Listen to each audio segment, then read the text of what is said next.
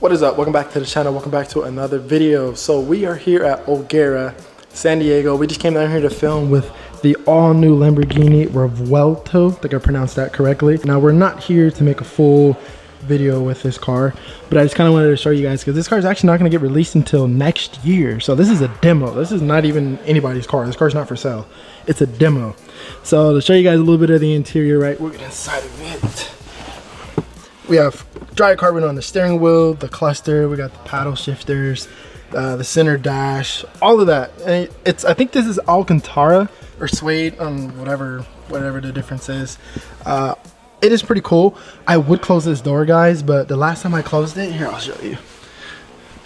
And the thing is, I don't know if I did this, but when I closed it, the door gets caught on this little thing right here and it like makes a noise, and I'm not trying to deal with that. But car looks sick though. We have 355s in the rear with a dual caliper setup.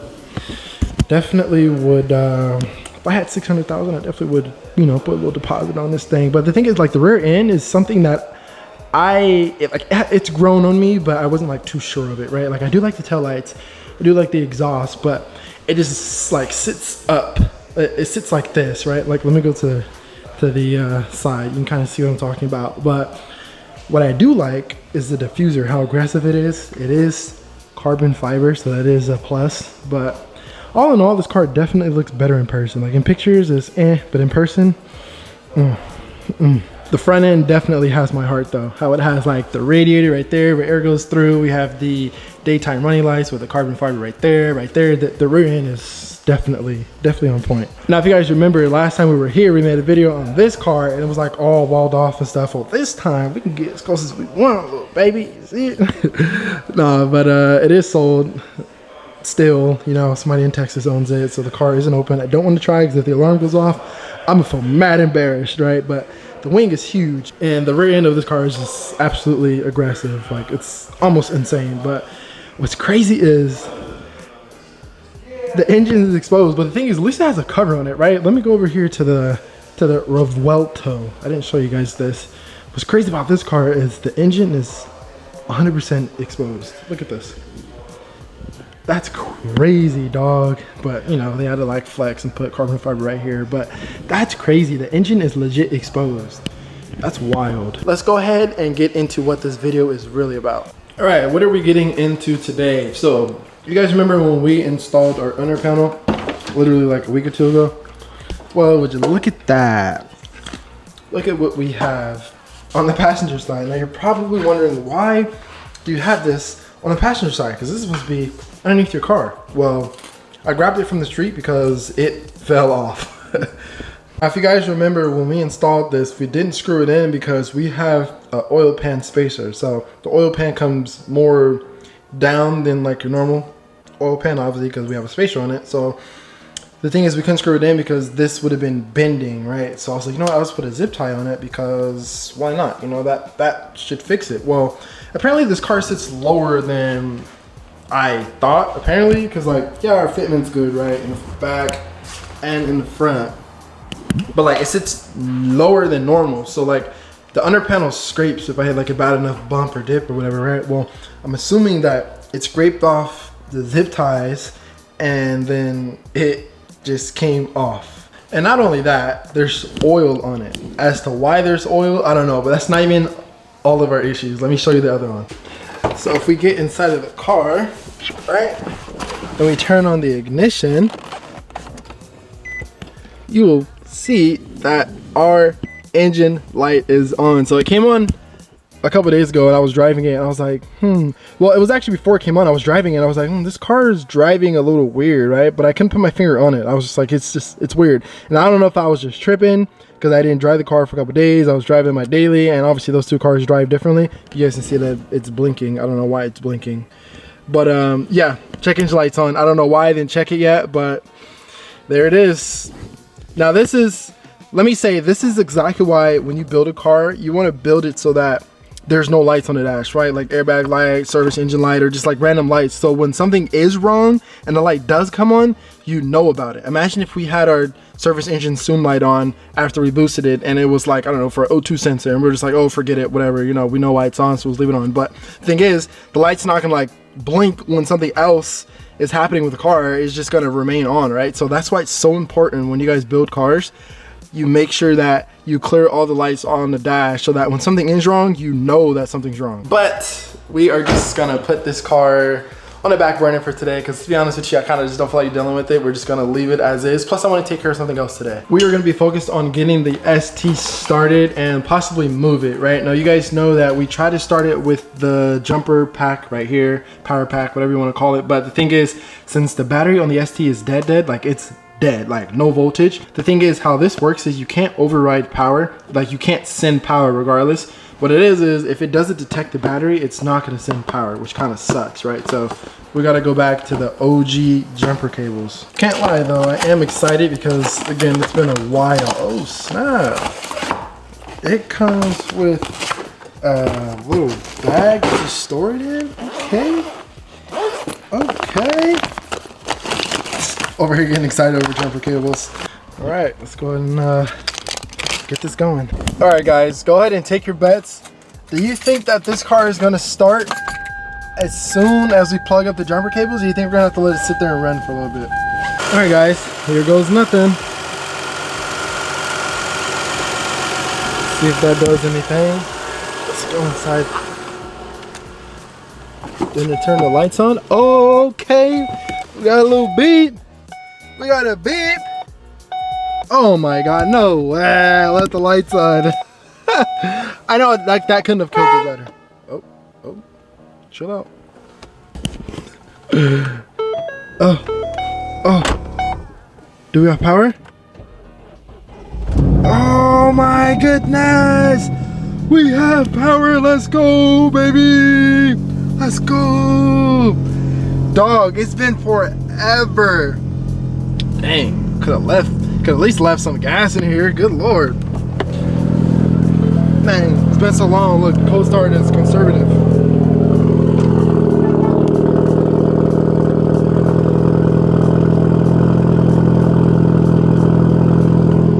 That's crazy. I didn't expect for it to turn on that quick, to be honest. Of course though, since it's been so long that there was no air in the tank, so there was no way that this car could have aired up. But I'm just happy to be here, man. I know you guys miss this car too. I get asked all the time, where's the ST? All right, we just aired the car up. Guys, we're going. We're moving. We are moving. No way. Okay, slow. Slow. So I can hear the cars rubbing right now. I don't know if you guys can hear that. And it's only because since it's been dead for so long, right? Like I had it kind of aired out. When I go to put it at the height that I normally drive it at, it doesn't really go to that height. So I have to like air the car down and then air it back up in order for it to kind of adjust itself. So that's probably what we're gonna have to do, but it's probably gonna scrape right now, maybe. Let's see. Okay, no, we're good. We're gonna leave it on because I don't have the power pack with me and I'm scared that the car is gonna die. Shit looks good, but dog, this car is absolutely filthy. Oh my goodness. Also, what is that? You got spider webs in the wheel well. You got spider webs right here. This car needs a wash. The only reason why I'm not washing it is because it's gonna rain in like the next couple days, so there's no point. It's like 70% rain, so there's no point in washing this car right now. I miss driving this car though. I miss like going places and airing out like this. Like I really do miss that. Okay, now let's talk about some of the stuff that is wrong with this car, starting with the headlights. If you are located in San Diego or in SoCal, roughly around San Diego, right, and you know how to fix this, please let me know, because this happened on its own. I keep my cars clean, guys, regardless of, you know, what you see right now, because, you know, it's been sitting. Don't get me wrong, but like there's no reason for this to happen, you know, especially on both headlights. Like this one, yeah, good lord, bro. Like it looks like somebody just came and like used like a brittle pad and just started scratching the headlight. So that's number one. Number two has to be this guy right here. Now I saw this rip a couple months ago and it just got worse and worse and worse and worse. And I understand that this is just a strip that I could probably replace, but that definitely bothers me. That's not cool, right? And number three, we got to fix this eventually. You guys know about this. I've told you guys multiple times about this. Long story short, if you do not know, if you're new to the channel, when I got these wheels, obviously this is Hot Boy Fitment setup, right? Well, I didn't get my ride height dialed in, so then I hit a bump and it hit the lip of the wheel and it buckled it, right? Cracked the paint. So I do have to get that fixed eventually. But again, you guys, if you're not new to the channel, then you know about that already. But that's pretty much it. Everything else is pretty legit on this car. It's funny because the front end's not even aired down all the way. I could still go down a little bit more to the point where the splitter would literally be laying on the ground. But as far as the rear, that's pretty much as far as I can go before, you know, I start messing stuff up. Not really sure what's back here. Oh, sheesh. That poop gas is hitting right now. Ha, could have sworn I had E85 in here. Okay, so we still have our 5-gallon tank back here with our compressors. Looking good, looking good. So if you guys didn't see the setup, we did this, I want to say, sheesh, maybe 4 years ago, 3 years ago, we built this entire thing, right? So I pieced all of this together, right? So I didn't buy this as a kit. So the 5-gallon tank with the dual compressor setup, and then you guys know that this doesn't come stock on the ST. So I've made both panels. I put this low hinge in the middle, and this, I took my time with it, and ever since I've installed this, I haven't had any issues with the air system. If you aren't new to the channel, then you know that before we moved to SoCal, we had a rat in our car. So we went down to Lake Tahoe, came back and found out we had a rat in our car. And I'm just finding out that this fool was all in the trunk. I have no idea how he got underneath here, but he did. And like he chewed up this towel, and like the poop is like all on this towel and stuff. So we got, I mean, guys, this car needs a complete clean, like complete detail. But we just gonna yeah, we're just gonna close that for now. We'll deal with that later. What's crazy is though, through it all, these calipers are still as bright as ever, dog. That has to be one of my favorite mods that I did. I ended up getting these for a steal price too. I think I got these calipers for like 300 plus my stocks. And at the time, you couldn't get these brand new anywhere because there were supply chain issues. It was like during COVID, right? Where they were like back ordered or something like that. So shouts out to one of you guys, because it was actually a supporter of the channel that sold those to me. All right, let's go ahead and head out. We're gonna air it up. It's been a while, so let's see if I can get some little burbles for you guys. Ooh. Okay, that's... I forgot this car was out. Oh my gosh. I feel like every car guy needs a code reader. You would think it would be something that's common, but at least a good code reader, right? But no, it's not. Not everybody has a code reader. The cool thing is this one's Bluetooth, but we don't use that feature. All right, guys, let's see. The door's already open. Let's see why this check engine light is on. Go ahead and turn the ignition on, and let's see.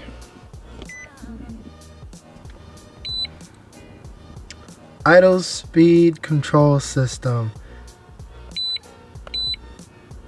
Wait, go back. Go back. How do I go back? No. Don't erase it. Oh, there we go. Idle speed control system. What does that even mean? There's a permanent, a pending, and a stored code.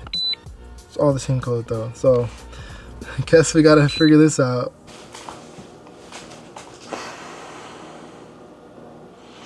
Okay, I'm stressed. This is a crazy way to end the video, by the way.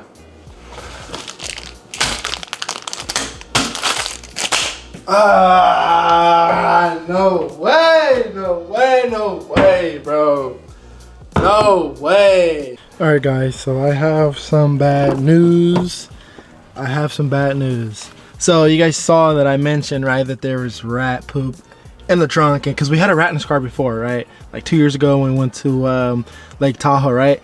Well, I started like looking around the car, right, and I started noticing it in places where I know I wouldn't have left it for 2 years, right? There's some on my seat right there. See if that's actually gonna want to focus. Is it gonna want to focus? It's so small, it's probably not gonna focus, but there's some on my seat right there. There's some right here on the center console, and there's some actually in here too. You can't really see because it's dark, but there's some in there too. And like I said, I know I wouldn't have left like that stuff there for 2 years. So there has to be a rat in here, or was in here. I don't know. So we're gonna have to put some traps down, guys. Hey, real talk though, these things be a little dangerous though. So this is how you, I don't know if you've ever set a rat trap before, but this is how you set it, right? So you pull the bar down, and then this little handle goes above it, and then you gotta place this yellow thing right above it, just like that, enough so that it catches, and you leave it. And so when something hits that yellow part, it snaps back, and yo, does it do it aggressively. That's how these fools be dying instantly. So I was gonna use peanut butter, but we're just gonna use a peanut butter little bar, same thing, right? And we'll just put it on it.